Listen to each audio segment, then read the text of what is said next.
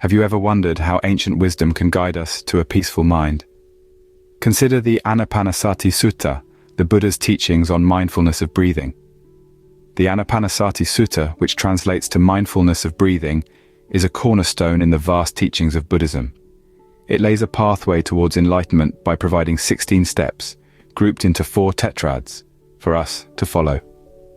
These tetrads represent the 4 foundations of mindfulness: body, feelings, mind, and dhammas. Today, we turn our attention towards the second tetrad, the contemplation of feelings.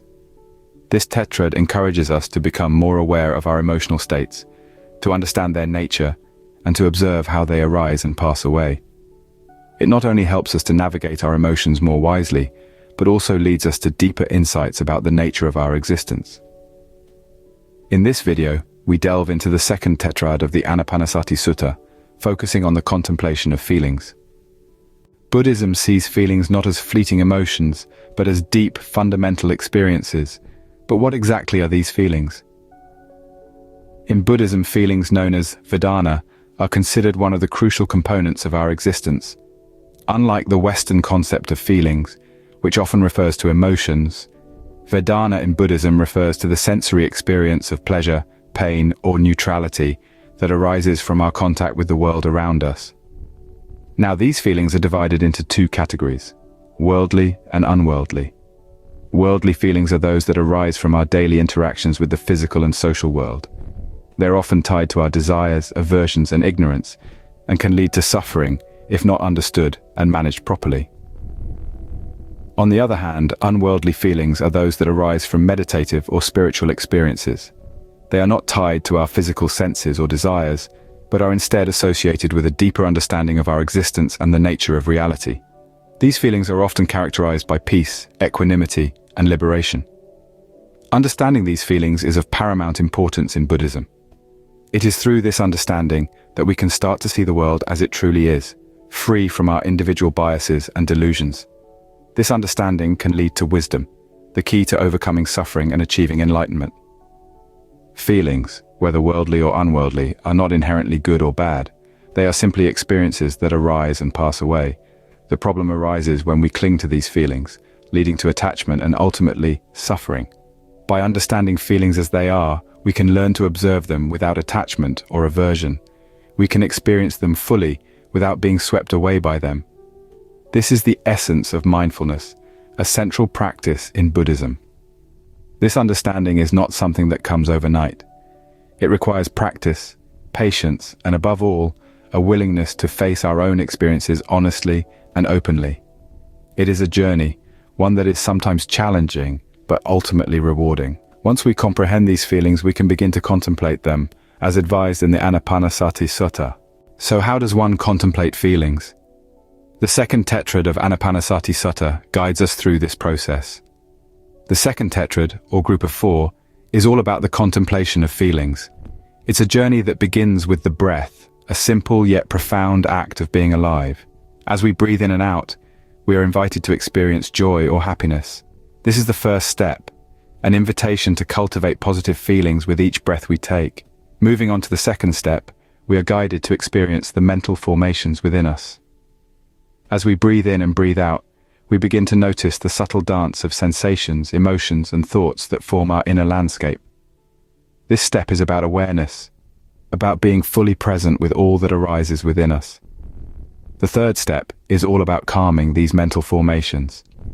As we breathe in and breathe out, we bring a soothing, calming energy to our emotions and thoughts. We learn to hold our feelings with kindness and compassion, not trying to change or judge them, but simply allowing them to be. This step is about acceptance, about finding peace within the storm of our feelings. Finally, the fourth step is about experiencing the mind. As we breathe in and breathe out, we become more deeply aware of the nature of our mind. We start to see how our feelings color our perceptions, how they shape our reality. This step is about insight, about seeing clearly the interplay between our feelings and our mind. Each of these steps is a practice in itself, a path to deeper understanding and greater freedom. They invite us to be fully present with our feelings, to understand them, to calm them, and to see their true nature. It's not about escaping or ignoring our feelings, but about meeting them with mindfulness and compassion. As we see, the second tetrad of Anapanasati Sutta is a powerful tool to understand and manage our feelings. You may ask, what do we gain from contemplating feelings? Well, the benefits are manifold and can transform your life in profound ways. Firstly, contemplating feelings fosters a heightened sense of self-awareness. When you take the time to pause and reflect on your emotions, you become more attuned to your inner world. You start to notice patterns and triggers that might otherwise have gone unnoticed. This awareness is a stepping stone to understanding yourself more deeply and navigating life with greater self-knowledge. Secondly, contemplating feelings gives you control over your reactions. Often we react impulsively to our emotions, letting them dictate our actions. But when we contemplate, we create a space between the feeling and the reaction. In this space, we can choose our response, rather than being ruled by our initial emotional reaction. This leads to more thoughtful, measured actions and less regret over hasty decisions. Thirdly, the practice of contemplating feelings is a pathway to enlightenment. In Buddhism, enlightenment is the ultimate goal, a state of mind that is free from ignorance, craving, and aversion. By contemplating feelings, we come face to face with these elements within us. We see our cravings and aversions for what they are, impermanent and unsatisfactory. This realization is a significant step towards enlightenment. But let's not forget the tranquility and peace that come with this practice. As we become more aware and in control of our feelings, we naturally experience a sense of calm. Our minds are less cluttered with unnecessary thoughts and worries. We become more present, more in the moment, and more at peace with ourselves. In essence, contemplating feelings is like embarking on a journey of self-discovery. It's about uncovering the layers of your mind, understanding your emotions, and gaining control over your reactions.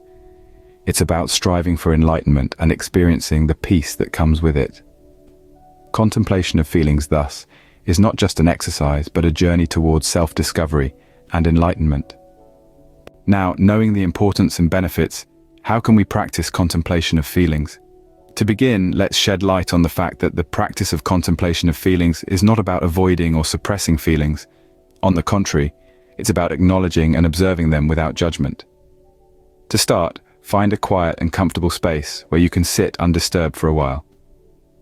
Position yourself comfortably and close your eyes if you wish. Take a few deep breaths to center yourself. Now simply notice the feelings as they arise.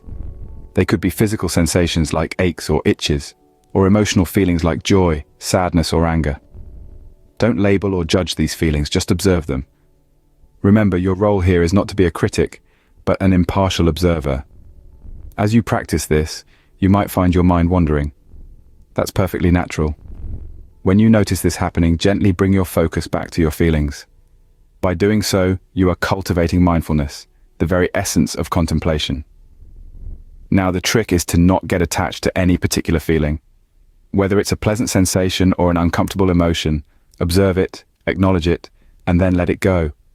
Imagine the feelings as clouds passing by in the sky. They come, they go, but the sky remains unchanged. Incorporate this practice into your daily routine. You might choose to do it first thing in the morning to set the tone for the day, or in the evening to unwind. Remember, consistency is key. Also, be patient with yourself.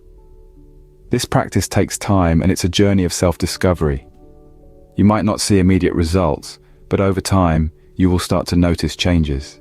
You'll find yourself more aware, more present, and more in tune with your feelings. And finally, don't be too hard on yourself. It's okay to have days when this practice seems difficult. Embrace these moments as opportunities for growth and learning. Remember, the journey of 1,000 miles begins with a single step. So, take that first step today towards a more mindful and peaceful existence. To contemplate feelings is to journey into the depths of our being. As we've traversed the landscape of the Anapanasati Sutta together, we've delved into the complexity and subtlety of feelings in Buddhism.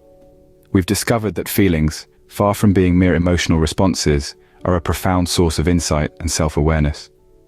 In our exploration, we've learned to contemplate feelings, to sit with them, observe them, and understand their transient and impermanent nature. This understanding as we've seen, is a powerful tool in our pursuit of peace and enlightenment. Remember the importance of this practice. It's not just about understanding our feelings, but also about using that understanding to navigate the path of life with wisdom and compassion. In the end, the journey of contemplation is a personal one. It's your journey, and it's a journey that holds the promise of profound transformation. Thank you for joining this exploration of the Anapanasati Sutta. May your journey of contemplation bring peace and enlightenment.